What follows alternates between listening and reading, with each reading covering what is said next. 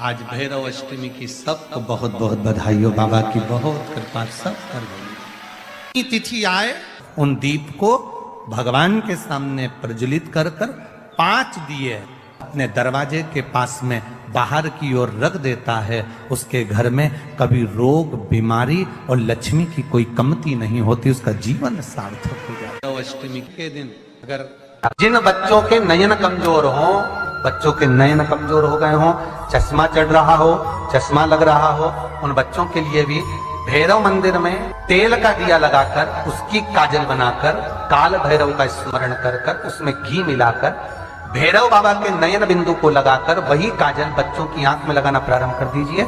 नेत्र की रोशनी अपने आप बढ़ना प्रारंभ। काल भैरव का स्मरण, पर डॉक्टर को जांच जरूर कराना हो, कहीं सियोर वाला हमारा झूठ तो नहीं बोल। काल भैरव भगवान का नाम उच्चारण करना, कैसा भी चर्म रोग हो, कैसी भी बीमारी शरीर की चमड़ी से जुड़ी हुई अगर हो गई है, काल भैरव भगवान का स्मरण फल देता। भैरव भगवान का नाम लेकर जल समर्पित कर कर, मां भैरवी का स्मरण कर कर जल की धार का स्मरण। शिव शंकर, यह शिवलिंग है, ये जलाधारी है। जब जल चढ़ाएं दक्षिण में खड़े होंगे, जहां पानी बहता है वो उत्तर में जाता है। शिव जी का जो पानी है वो बहकर कहां जाता है? उत्तर में। तो जहां से पानी बहता है उसके ठीक विपरीत में खड़े होकर बैठकर आप शिव जी को यहां जल चढ़ाएं।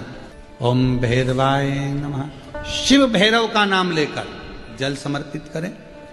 मां भैरवी का नाम लेकर यहीं से जल की धार यहां चढ़े।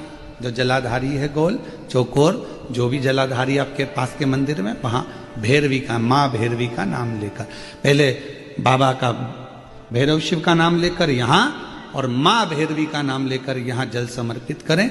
जो जल चढ़ता है उसी जल का प्रोक्षण अपने शरीर पर करें या थोड़ा सा झेल कर लाकर उसको पूरे जहां जहां तकलीफ है पूरे शरीर में लगाना प्रारंभ करें। डॉक्टर की दवाई भी खाते रहें, इलाज भी कराते रहें और साथ में ये बाबा भैरव का नाम भी लेते रहें, आराम लगेगा। तो अलग नहीं है, शंकर का एक रूप काल भैरव के रूप में प्रकट हुआ है। शिव ही भैरव और भैरव ही शिव। मेरे शिव जी ने अपने ही अंगुष्ठ भाग से, स्वयं अंगुष्ठ भाग से काल भैरव को प्रकट किया। जितना रुद्राक्ष में बल होता है, शिव जी का नयन अश्रु से प्रकट हुआ रुद्राक्ष, वैसा की वैसा ही बल काल भैरव में होता है, भैरव में होता है, बटुक भैरव में होता है,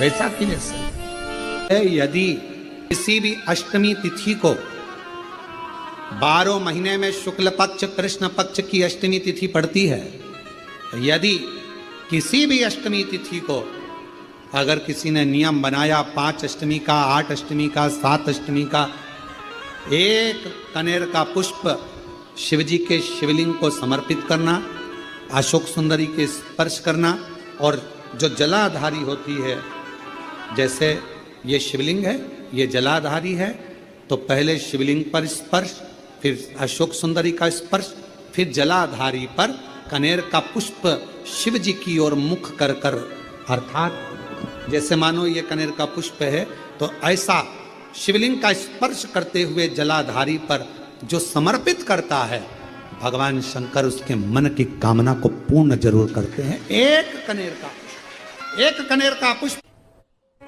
ब्रह्मा जी का सिर कट गया था, काल भैरव को भगवान शंकर ने प्रकट कर दिया था, और काल भैरव ने जाकर ब्रह्मा जी को अपने हाथ की उंगली का नख तोड़कर उनका शीश काट दिया। काल भैरव, जब काल भैरव ने शीश काट दिया, शीश कट गया, भैरव काल भैरव का आदर सम्मान सत्कार सभी देवताओं ने किया। भैरव क्षेत्र का देवता होता है। भैरव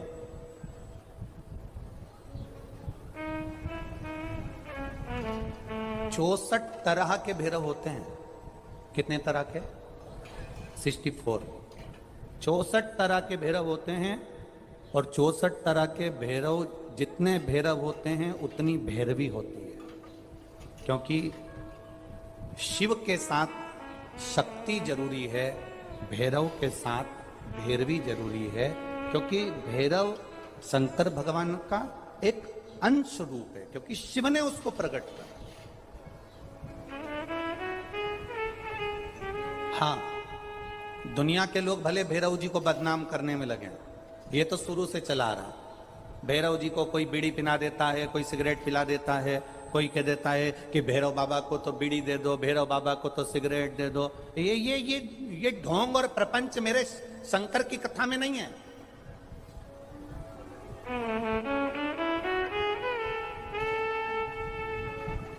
शिव का एक अंश है भैरव।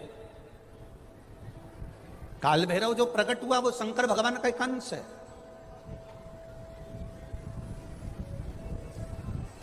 काल भैरव जो प्रकट हुए वो शिव का एक अंश रूप है। और काल भैरव जब प्रकट हुए, सारे देवताओं ने उनका आदर करा, इंद्र ने उनका सम्मान करा, इंद्र उनकी सेवा में लगे, वायु देव, गरुण देव, वरुण देव, जितने भी देवता हैं सब ने उनका आदर करा। अब आदर करते करते करते करते माता लक्ष्मी जी ने भी काल भैरव को निमंत्रण दिया। जरा सुनिएगा, बहुत सुंदर कथा है पुष्कर राज की। इस कथा को अपनी जिंदगी में उतारना जरूर। काल भैरव का निमंत्रण माता लक्ष्मी जी ने दिया, और माता लक्ष्मी जी ने काल भैरव को निमंत्रण दिया कि काल भैरव आप बैकुंठ में पधारो और बैकुंठ की भूमि को आप पधार कर आनंदित करिए। तो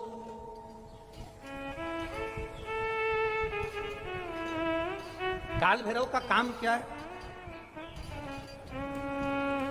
काल भैरव का कार्य क्या है? ये यहाँ राजस्थान की भूमि पर तो वैसे भी भैरू जी के मंदिर बहुत है। बोलो सही है कि गलत है? और पूरी दुनिया में जितनी भी, पूरी भारत की भूमि पर दुनिया के लोग कहीं पर भी लें, कहीं पर भी रहें, पर भैरू पूजने के लिए हमारे राजस्थान में आते जरूर हैं। भले वो कभी भी आए, पर राजस्थान में आकर भैरू पूज कर जाते ही। भैरव का काम क्या है? शंकर भगवान ने क्या केवल एक ब्रह्मा जी का सिर काटने के लिए काल भैरव को प्रकट करा? केवल एक कार्य के लिए ब्रह्मा जी ने, भगवान शिव जी ने काल भैरव को प्रकट करा? केवल एक काम के लिए? नहीं। मेरा भोलेनाथ एक कार्य के लिए काल भैरव को कभी प्रकट नहीं कर सकता, क्योंकि मेरे भोलेनाथ ने जब जब जो काम किया है वो संपूर्ण ब्रह्मांड के कल्याण के लिए किया है। इसलिए ब्रह्मा के सिर काटने के लिए, अकेले केवल ब्रह्मा का सिर काटने के लिए भगवान काल भैरव को प्रकट नहीं कर सकते। तब काल भैरव के प्रकट होने का कारण क्या है? भैरव के प्रकट होने का कारण क्या है? भैरू जी के प्रकट होने का कारण क्या है? भैरव प्रकट क्यों हुए हैं? तो शंकर भगवान जब काल भैरव जब नारायण के यहाँ बैकुंठ में गए और भगवान बैकुंठ में जब पहुंचे तो लक्ष्मी जी ने भगवान नारायण से पूछा, प्रभु मेरे मन के संशय को मिटाइए, ये भैरव प्रकट क्यों हुए हैं? केवल ब्रह्मा का सिर काटने के लिए?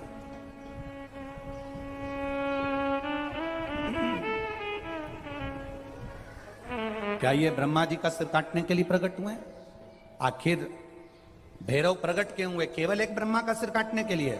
भगवान विष्णु ने कहा नहीं, केवल ब्रह्मा का सिर काटने के लिए काल भैरव नहीं प्रकटे। लक्ष्मी सुनो, आज मैं तुम्हें सुनाता हूं काल भैरव भगवान शंकर ने क्यों प्रकट करा। उसका कारण केवल एक है। जब देव अधिदेव महादेव अपने नेत्र बंद कर कर बैठ जाते हैं और समाधि में लीन हो जाते हैं, साधना में लीन हो जाते हैं, तब काल भैरव का दायित्व बढ़ जाता है। भैरव का दायित्व बढ़ जाता है। और भैरव का क्या दायित्व बढ़ता है? तो सुनो लक्ष्मी, भैरव का दायित्व यह बढ़ जाता है कि जो शंकर के शिवालय में पहुंचता है, जो शंकर के शिवालय में पांव रखता है, जो शंकर के शिवालय में अंदर पहुंचकर शिवालय में अपना चरण रखते रखते रखते रखते देहली से जब अंदर जाता है और शिवालय में शंकर भगवान के शिवलिंग की आराधना करता है, जल चढ़ाता है, शमी पत्र चढ़ाता है, बेल पत्र चढ़ाता है, कमल पुष्प चढ़ाता है, भगवान की श्रृंगार कर कर चंदन अबीर गंध से जो पूजन करता है भगवान की जब वो अंदर प्रवेश करता है तो भैरव का दायित्व ये हो जाता है कि उसके दुख को भैरव उसी समय पर भक्षण कर लेता है और उसको सुख देकर भेज देता है। ये भैरव का। तो लक्ष्मी जी के मन में एक प्रश्न खड़ा हो गया, शिव जी के मंदिर में तो कहीं भैरव का दर्शन ही नहीं होता। आपके यहां पर शंकर जी के मंदिर हैं, आपको भैरव का दर्शन हुआ है कहीं? शिव जी के मंदिर में भैरव का दर्शन होता ही नहीं है।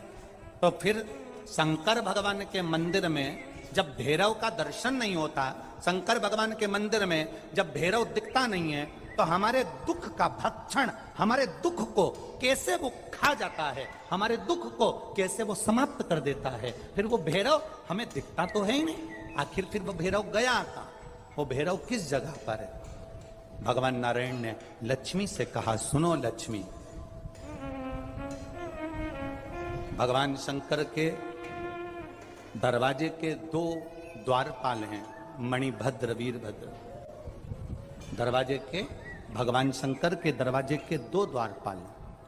और सुनो लक्ष्मी, वो 2 द्वारपाल भगवान शंकर के दरवाजे के हैं। भैरव को शंकर भगवान ने अपनी ऊपर की चौखट का मध्य भाग काल भैरव को दिया है।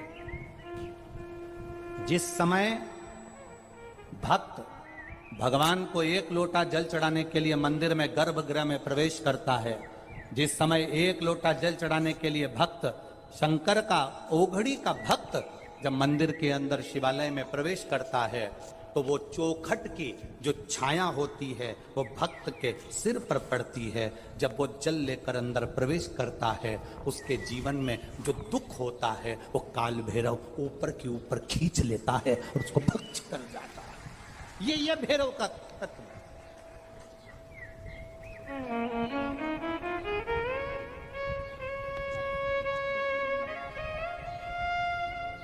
भैरव और भैरवी का कार्य क्या है? आपको सुख देना। भैरव और भैरवी का कार्य क्या है? आपके भीतर यदि अहंकार आ गया, आपके भीतर यदि अभिमान आ गया, आपके भीतर यदि अभिमत्ता आ गई, आपके भीतर यदि कपट आ गया, आपके भीतर यदि बेईमानी आ गई, आपके भीतर यदि प्रपंच आ गया, आपके भीतर यदि काम, वासना, आसक्ति, तृष्णा, लोभ समाहित हो गया, तो भैरव और भैरवी इसको खींच लेते हैं। ये शरीर के अंदर एक तरंग के रूप में प्रवेश कर खींच लेते हैं भैरव और भैरवी। कि जैसे अष्टमी तिथि या नौमी तिथि किसी भी महीने की, चाहे शुक्ल पक्ष की हो चाहे कृष्ण पक्ष की हो, अष्टमी और नौमी तिथि, ये 2 तिथियां ऐसी हैं, मान लो तुम्हारा पैसा तुमने किसी को दिया, 5 लाख, 4 लाख, 3 लाख, 10 लाख, 8 लाख, 2 लाख, 50,000, 25,000, 20,000, 40,000, और वो पैसा नहीं दे रहा, आप हार गए कह के कर, फोन लगा कर, भैया दे दे रे, परेशानी है, दे दे रे भैया, हम तो परेशान हो गए, और हार गए, नहीं मिल रहा, बहुत परेशान। तो महाराज किसी भी अष्टमी या नौमी तिथि के दिन आप मां जगतजननी जगदम्बा का शिव के साथ में शिव शक्ति का स्मरण कर कर देवी के नाम की 9 आहुतियां, सूखे बीले की, मतलब बीला जो सूख चुका है, फल जो सूख चुका है, उसकी 9 आहुतियां अग्नि में शंकर और सती के नाम से, शंकर और शिव के नाम से समर्पित करें, और आखिरी आहुति जो समर्पित करें उसमें थोड़ा सा भाग तिल का, और तिल भी काली नहीं चढ़ती उसमें, श्वेत तिल का भाग उसके साथ लगाकर समर्पित करें, और जिससे धन लेना है उसका नाम लेकर वो समर्पित करें महाराज, उसको सुध आएगी और वो पैसा किसी भी हाल में आपके हाथ में थमाकर जाएगा ही। शादी नहीं हो रही है, बहुत समय से लगन देख रहे हो, शादी नहीं हो रही, बहुत समय से परेशान हो गए कि विवाह नहीं हो रहा, हम तो टेंशन में पड़ गए, लड़की 28 साल 30 साल का लड़का हो गया, विवाह नहीं हो रहा, कुछ मत करो। अष्टमी तिथि आए तो अशोक सुंदरी वाली जो जगह है वहां पर हल्दी की 7 बिंदियां लगा दो, लड़का लड़की का हाथ उस बिंदी पर रखवा दो, उसका नाम गोत्र बोलो, उसी हल्दी में उसके हाथ पीले करवा दो और पीपल के पेड़ पर उस हाथ के 5 छापे पड़वा दो। 3 महीने में विवाह पक्का हो जाता है महाराज। उसका इतना, अशोक सुंदरी के उस हल्दी का इतना प्रमाण।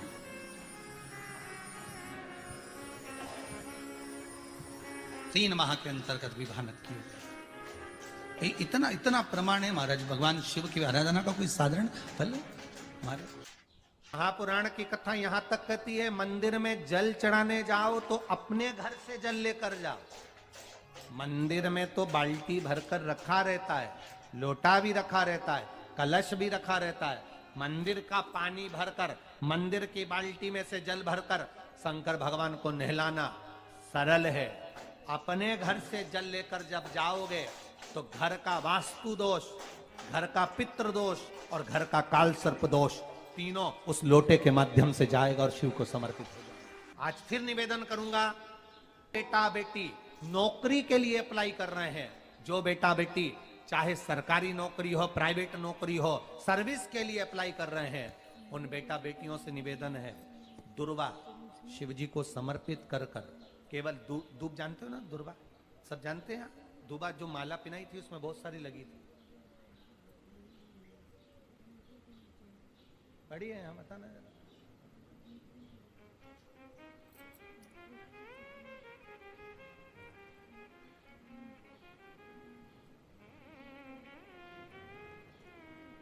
दुर्वा,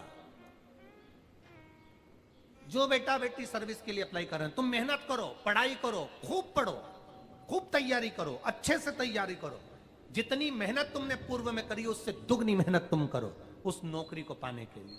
और साथ में जब एग्जाम के लिए जाओ, कहीं इंटरव्यू देने के लिए जाओ, दुर्वा शिव जी को, इस दुर्वा का जो डंडी का मुख है ये अशोक सुंदरी वाली जगह, फिर समझ लीजिए जैसे ये शिवलिंग, ये गोल जलाधारी, यहाँ से पानी नीचे गिरता है, बीच में अशोक सुंदरी का स्थान होता है।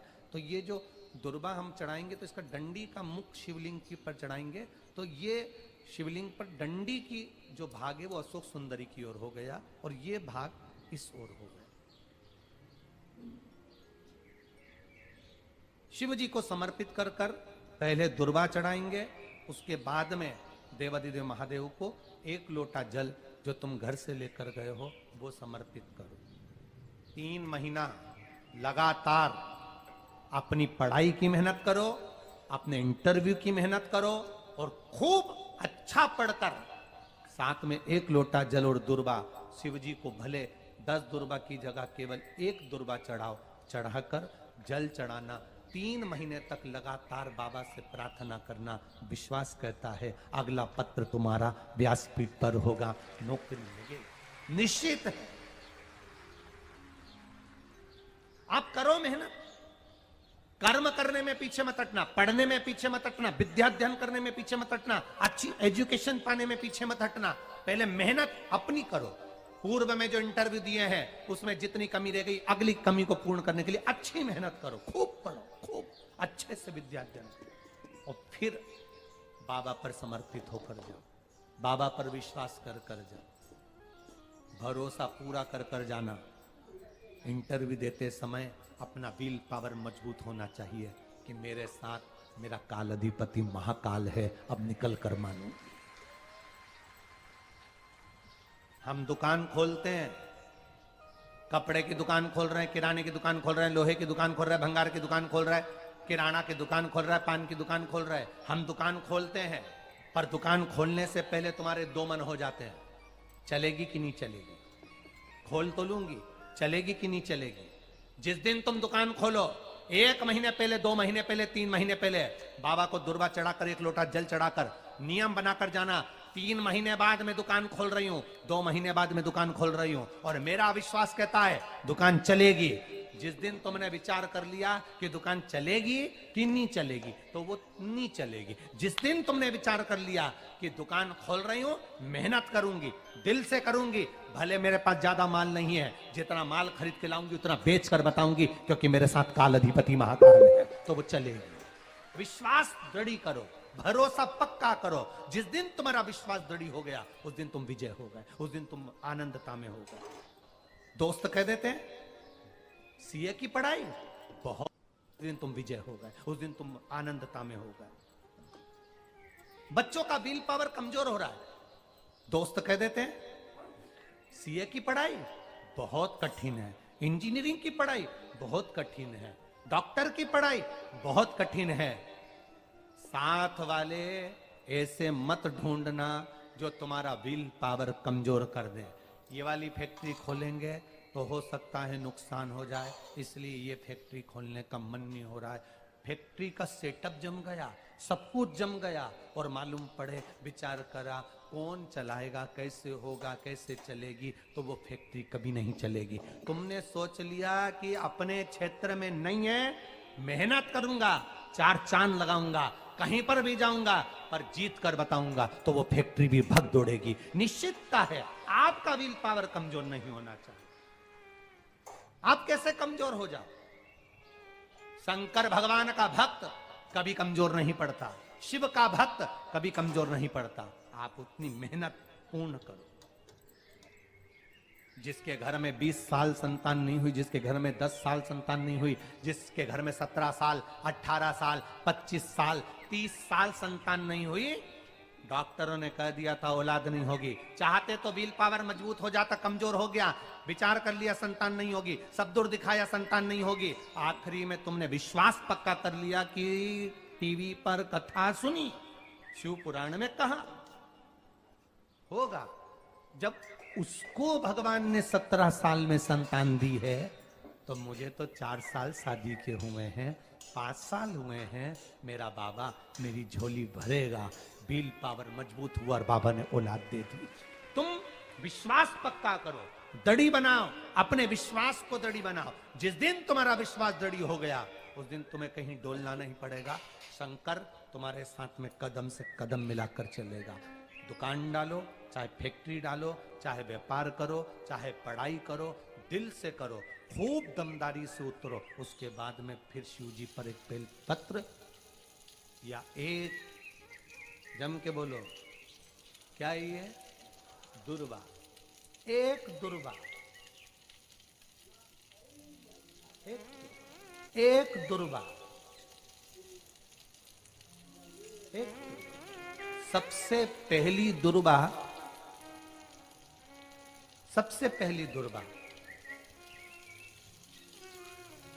गणेश जी को, और सबसे पहली दुर्वा शंकर जी को किसने समर्पित करी थी? किसने दी थी? कौन का विल पावर कमजोर हो गया था? कौन का विल पावर कमजोर हो गया था? कौन अपने आप को कमजोर समझने लगा था? कौन था जिसके पास सब कुछ था और उसके बाद भी उसका मन उदास हो गया था? वो था कुबेर, धनपति कुबेर, जिसके पास में सत्ता की कमी नहीं थी, बेबहू की कमी नहीं थी, धन की कमी नहीं थी, संपदा की कमी नहीं थी। वो कुबेर जो एक जगह बैठ जाए तो लोगों का कुबेर का भंडार भर दे।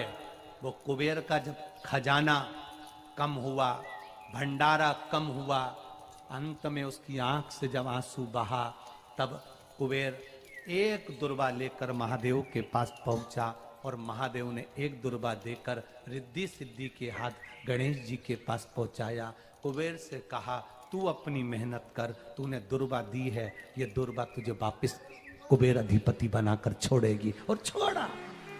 एक दुर्वा में वो बल होता है जो उसके विल पावर को मजबूत कर देती, संपदा को मजबूत कर देती, उसकी सत्ता को मजबूत कर देती, उसके बेबहू को मजबूत कर देती। दुर्वा।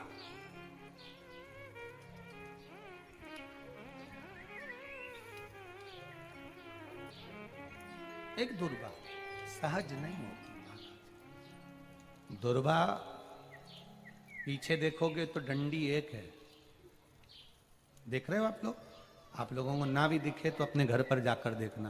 पीछे से देखोगे तो दुर्वा की डंडी एक है, आगे से देखोगे तो उसकी किनारियां 4-5 पत्तियां निकली हुई होती हैं, अर्थात एक रास्ता अगर दुर्वा का बंद होता है तो दूसरे रास्ते को दुर्वा खोल देती है, दूसरा बंद होता है तो तीसरे को खोल देती है, तीसरा बंद होता है तो चौथे को खोल देती है, चौथा बंद होता है तो पांचवे को खोल देती है। दुर्वा में वो बल होता है जो महादेव को हम जब अशोक सुंदरी की ओर डंडी का मुख कर कर, पत्तियों का मुख इधर कर कर, शिव को समर्पित कर कर, एक लोटा जल जब बाबा को हम समर्पित करते हैं दिल से, 3 महीना लगातार आनंद के साथ, हाँ बीच में रजो धर्म आ जाए तो आप लोग उस समय मंदिर में नहीं जाते, नहीं चढ़ाते, उस समय छोड़ दो, पर अपने भावों से बाबा को समर्पित करो। नवयुवक बेटे बेटियां भी शिव जी पर जल चढ़ाओ, करो शंकर का गुणगान। इस वर्ष देश और विदेश में 10th और 12th का एग्जाम बच्चों ने दिया और सबने महादेव पर विश्वास कर दिया। एक लोटा जल और एक बेलपत्री पर शहद लगाकर शंकर का स्मरण कर अपनी विद्या के साथ में दिया। और जिसने दिल से 10th 12th का एग्जाम दिया और बाबा पर भरोसा कर दिया, खूब मेहनत कर दिया, उनका रिजल्ट मेरे बाबा ने अच्छा बनाया और अच्छा दिया। वो बेटा बेटी बड़े खुश हुए, प्रसन्न हुए, आनंद में हुए, आनंद था। आपके बल को मत गिरने दो, आपके विश्वास को मत गिरने दो। विश्वास दृढ़ी रखिए, जितना दृढ़ी हो सकता है उतना रखिए। रोग आए गया, बीमारी आ गई, कोई बहुत बड़ी बीमारी घर में आ गई है, तकलीफ बढ़ गई है, विल पावर मत गिरने देना। आ गई ना बीमारी, आपको कथा में पहले कहा था सबसे कठोर लोहा होता है, लोहे की तलवार बनती है, गुप्ती बनती है, बंदूक बनती है, तलवार से लोगों को मारा जाता है। सबसे कठोर लोहा, लोहे से ज्यादा कठोर होती है अग्नि, जो लोहे को गला देती है। इससे कठोर होता है पानी, एक लोटा पानी डाला अग्नि बुझ गई। लोहे से कठोर अग्नि, अग्नि से कठोर पानी, पानी से कठोर होता है मनुष्य, जो लोटा भरकर निगल जाता है। जरा विचार करिएगा, ये मनुष्य अग्नि से, पानी से, लोहे से भी ज्यादा कठोर होता है, जो पानी को पचा जाता है। मनुष्य से ज्यादा कठोर होती है बीमारी, जो अच्छे अच्छे पहलवान सूरमाओं को भी बीमारी निगल जाती है। लोहे से कठोर अग्नि, अग्नि से कठोर पानी, पानी से कठोर मनुष्य, मनुष्य से कठोर होती है बीमारी, जो अच्छे अच्छे पहलवान को निगल जाती है। और बीमारी से भी ज्यादा कठोर होता है मेरा काल अधिपति महाकाल राजा, जो बीमारी को ही निगल जाता है, बीमारी को निकल जाता। एक बेलपत्र जो शिव जी पे चढ़ी हुई है, उसको लाकर हम जब खाते हैं, ये बेलपत्र